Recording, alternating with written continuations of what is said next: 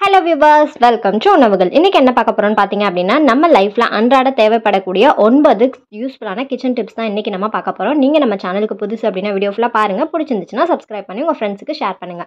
இப்போ வாங்க வீடியோக்குள்ள போய் ஒரு டிப்பா என்னன்னு பார்க்கலாம்.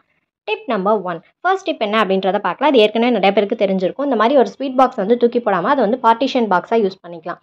அதுக்கு வந்து இந்த மாதிரி ரப்பர் பேண்ட் உங்ககிட்ட இருந்துச்சு அப்படின்னா ஜஸ்ட் ஒரு ரப்பர் பேண்ட் இந்த மாதிரி போட்டுட்டு இன்னொரு ரப்பர் பேண்டை இந்த மாதிரி ப்ளஸ் மாதிரி போட்டுட்டீங்க அப்படின்னா 4 பார்ட்டிஷன் இருக்கிற ஒரு ஸ்வீட் பாக்ஸ் வந்து நமக்கு வந்து ரெடி ஆகிடும். இதில் வந்துட்டு உங்கள் மேக்கப் செட்டாக இருக்கட்டும், இல்லை பென்சில், க்ரையான், ஸ்கெட்ச் அது மாதிரி போட்டு வச்சுக்கலாம். இல்லை கிச்சனில் யூஸ் பண்ணுற மாதிரி இருந்தால் ஸ்பூனு, நைஃப் அது மாதிரி போட்டு வச்சு யூஸ் பண்ணிக்கலாம்.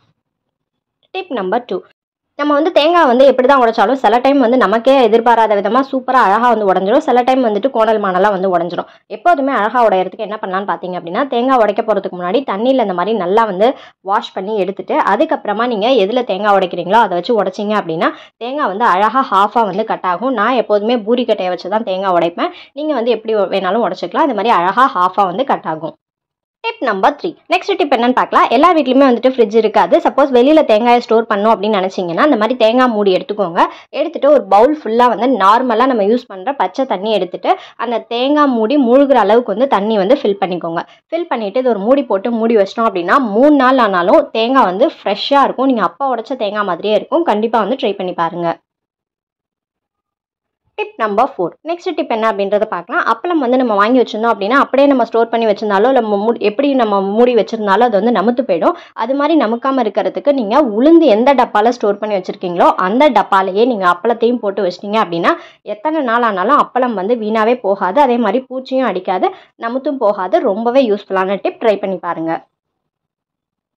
Tip number 5. நெக்ஸ்ட் டிப் என்ன அப்படின்றத பார்க்கலாம். இது தேங்காய் வச்சு தான் பார்க்க போகிறோம். தேங்காய் வந்து நம்ம என்ன தான் உடச்சிட்டு ஒரு வாரம் ஃப்ரிட்ஜில் வச்சாலும் அது மேலே வந்து பார்த்தீங்கன்னா பூசணம் பிடிச்ச மாதிரி ஆகிடும். அதுக்கு ஃபஸ்ட்டு இந்த மாதிரி குடுமி எல்லாத்தையும் எடுத்துகிட்டு இந்த கண்ணில் வந்து சுண்ணாம்பு வச்சிட்டிங்க அப்படின்னா வீணாவே போகாது. அப்படியே இல்லைன்னா இந்த மாதிரி நம்ம யூஸ் பண்ணுற சால்ட் உப்பை இது மாதிரி எடுத்துகிட்டு ஃபுல்லாக வந்து ரப் பண்ணி வச்சிட்டோம் அப்படின்னா ஒரு 5 நாள் 6 நாள் ஆனாலும் தேங்காய் அப்படியே இருக்கும். Tip number 6. நெக்ஸ்ட் டிப் என்னன்னு பார்க்கலாம். ரொம்ப யூஸ்ஃபுல்லான டிப் தான். குழந்தைங்க வீட்டில் இருந்தாங்கன்னா இந்த மாதிரி செவுத்தில் வந்து ஸ்கெட்சு, க்ரையான்ஸு, பென்சில் அது மாதிரி நிறையா வந்து கிறுக்கிட்டே தான் இருப்பாங்க. அதை ரிமூவ் பண்ணுறதுக்கு ஒரு மேஜிக் என்னன்னு பார்த்தீங்க அப்படின்னா ஹேண்ட் சானிடைசர். இது மோஸ்ட்டாக இப்போ எல்லார் வீட்லேயுமே அவைலபிளாக இருக்குது. எந்த பிராண்டாக இருந்தாலும் ஓகே. அதில் ஜஸ்ட் ஒரே ஒரு ட்ராப் எடுத்து எந்த இடத்துல உங்களுக்கு இருக்குன்னு தோணுதோ அந்த இடத்துல இந்த மாதிரி ஜஸ்ட்டு கையாலே நீங்கள் ரப் பண்ணீங்க அப்படின்னா ஒரு அதிசயம் நடக்கிறத நீங்கள் பார்க்கலாம். அழகாக வந்துட்டு அப்படியே வந்து ரப் ஆகிடும். இப்போ பார்த்தீங்கன்னா நான் ஃபாஸ்ட் ஃபார்வர்ட் பண்ணல, ஸ்லோ பண்ணல, எதுவுமே பண்ணல. ஜஸ்ட் அப்படியே நான் செய்கிறத உங்களுக்கு அப்படியே தான் காமிச்சிட்ருக்கேன்.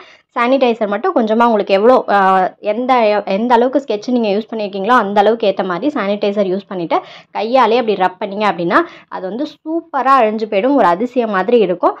இது எல்லாத்தையும் நல்லா தேய்ச்சி முடிச்சதுக்கப்புறமா நார்மலாக ஒரு துணியவோ இல்லை காஞ்ச துணியோ இல்லை ஈர துணியோ வச்சு இந்த மாதிரி தொடச்சி எடுத்துட்டிங்க அப்படின்னா அந்த எங்கே நம்ம வரைஞ்சோம் எங்கே கிறுக்கிடணும் அப்படின்றதே தெரியாது. அந்த அளவுக்கு சூப்பராக ரிமூவ் ஆகிடும். காஞ்சதுக்கப்புறம் அந்த அச்சும் வந்து சரியாக போயிடும். இதை இமீடியட்டாக ட்ரை பண்ணி பாருங்கள். உடனடியாக ரிசல்ட் கிடைக்கும். Tip number 7. நெக்ஸ்ட் டிப் என்னன்னு பார்க்கலாம். நம்ம அவசரத்துக்கு யூஸ் பண்ணுற ஒரே இது என்ன, மாவு இல்லை அப்படின்ற பட்சத்தில் நம்ம யூஸ் பண்ணுற ஒரே விஷயம் வந்து கோதுமை தோசை தான். அந்த கோதுமை தோசைக்கு மாவு கரைக்கிறது ரொம்பவே கஷ்டம். அதை சிம்பிளாக எப்படி செய்யலான்னு பார்க்கலாம். நீங்கள் வந்து கோதுமை தோசை செய்ய போகிறீங்கன்னு ஃபிக்ஸ் பண்ணிட்டீங்கன்னா ஒரு பவுலில் எப்போதும் போல் கோதுமை மாவு, உப்பு, அந்த கோதுமை மாவு மூழ்கிற அளவுக்கு தண்ணி ஊற்றிட்டு இதை ஒரு மூடி போட்டு ஒரு 1/4 மணி நேரம் அப்படியே விட்டுருங்க. இப்போ ஓப்பன் பண்ணதுக்கு அப்புறமா நம்ம வந்துட்டு எடுத்து கரண்டியை வச்சு மிக்ஸ் பண்ணோம் அப்படின்னா ரொம்ப கஷ்டப்பட தேவையில்ல. அந்த கட்டியாக அந்த கரைசல் அந்த எதுவுமே தேவையில்ல. அது ஜஸ்ட்டு டிஸ்டர்ப் பண்ணாமல் ஒரு 15 மினிட்ஸ்லேருந்து 20 மினிட்ஸ் அப்படியே வச்சுட்டிங்க அப்படின்னாவே போதும். அழகாக அதாவே வந்து மிக்ஸ் ஆகிக்கும். நமக்கு ஜஸ்ட்டு கரண்டியால் அந்த மாதிரி கிண்டி விட்டாவே நம்மளோட மாவு வந்து ரெடி ஆகிடும். இந்த மாதிரி சின்ன சின்ன குட்டி குட்டி கட்டி தான் இருக்கும். வேறு பெருசாக எதுவுமே இருக்காது. நம்ம இமீடியட்டாக தோசை ஊற்ற ஆரம்பிச்சிடலாம். Tip number 8. நெக்ஸ்ட் டிப் என்னன்னு பார்க்கலாம். இந்த கோதுமை தோசைக்கு இன்ஸ்டண்ட்டாக ஒரு சட்னி வெங்காயம் இல்லாமல் எப்படி செய்யுதுன்னு பார்க்கலாம். ஒரு மிக்சர் ஜார் எடுத்துக்கோங்க. அதில் 2 தக்காளி எடுத்துக்கோங்க. ஒரு 6 பல் பூண்டு, தேவையான அளவுக்கு உப்பு எடுத்துக்கோங்க. அதுக்கப்புறம் வந்துட்டு வெறும் மிளகாய்த்தூள் உங்கள் காரத்துக்கு ஏற்ற மாதிரி எடுத்துகிட்டு மிக்சியில் அது நல்லா ஒரு ஃபைன் பேஸ்ட்டாக வந்து அரைச்சி எடுத்துக்கோங்க. இதை அப்படியே நீங்கள் யூஸ் பண்ணிவிட்டு வெறும் எண்ணெய் ஊற்றி கூட சாப்பிடலாம். தாளிப்பு வேணும் அப்படின்னா வானல் அடுப்பில் வச்சுட்டு எண்ணெய் ஊற்றிட்டு கடுகு பொரிஞ்சதுக்கு அப்புறமா வந்து நம்ம அரைச்சி வச்சுருக்க அந்த சட்னி பேஸ்ட்டை ஆட் பண்ணிக்கோங்க. கொஞ்சமாக வந்து தண்ணி ஆட் பண்ணிவிட்டு இதை ஜஸ்ட் ஒரே ஒரு கொதி விட்டு இறக்கணும் அப்படின்னா நம்ம சூப்பரான சட்னி ரெடி. தோசை ஊற்றுறதுக்குள்ளே சட்னி ரெடி பண்ணிடலாம். அந்தளவுக்கு சிம்பிளான சட்னி. 10 இட்லி கூட சாப்பிடலாம். ட்ரை பண்ணி பாருங்கள். Tip number 9. நெக்ஸ்ட் டிப் என்னன்னு பார்க்கலாம். இந்த சம்மர் சீசன் வரப்போது ஒரு கோல்டு காஃபி சில்லுன்னு எப்படி குடிக்கிறது, அதுவும் நல்லா ஃபோமியாக எப்படி குடிக்கிறதுன்னு பார்க்கலாம். ஒரு மிக்சர் ஜார் எடுத்துக்கோங்க. அதில் 1 டீஸ்பூன் அளவுக்கு இன்ஸ்டன்ட் காஃபி பவுடர் எது வச்சிருந்தாலும் ஆட் பண்ணிக்கோங்க.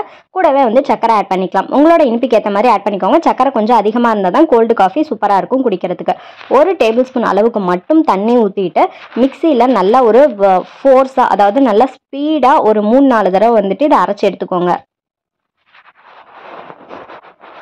இப்போ அரைச்சி ஓப்பன் பண்ணு பார்த்தீங்கன்னா அப்படி க்ரீம் மாதிரி இருக்கும். நம்மளோட அந்த காஃபியும் சக்கரையும் சேர்ந்தது அப்படி க்ரீம் மாதிரியே இருக்கும். பார்க்கறதுக்கு நல்லா ஃபோமியாக சூப்பராக இருக்கும். இதில் நீங்கள் சூடான பால் வேணாலும் ஊற்றிக்கலாம். இல்லை அப்படின்னா கோல்டு காஃபி வேணும் அப்படின்னா நல்லா சில்லுன்னு இருக்க பால் எடுத்து ஊற்றிட்டீங்க அப்படின்னா உங்களோட கோல்டு காஃபி ரெடி ஆகிடும். அதே நீங்கள் சூடான பால் எடுத்து ஊற்றுனீங்க அப்படின்னா அந்த கேப்பச்சினோன்னு சொல்லுவாங்க இல்லையா, நல்லா ஃபோமியாக இருக்கும். அது மாதிரி கிடைக்கும். கண்டிப்பாக ட்ரை பண்ணி பாருங்கள். இந்த கோல்டு காஃபி எனக்கு ரொம்ப பிடிக்கும். குடிக்கிறதுக்கு அவ்வளோ டேஸ்ட்டாக இருக்கும். மேலே கார்னிஷ்காக கொஞ்சமாக வந்து காஃபி பவுடர் போட்டோம் அப்படின்னா நம்ம சூப்பரான கோல்டு காஃபி 2 நிமிஷத்துல ரெடி ஆகிடும். இந்த டிப்ஸ் எல்லாத்துக்குமே பிடிச்சிருக்கும்னு நினைக்கிறேன். தேங்க்யூ.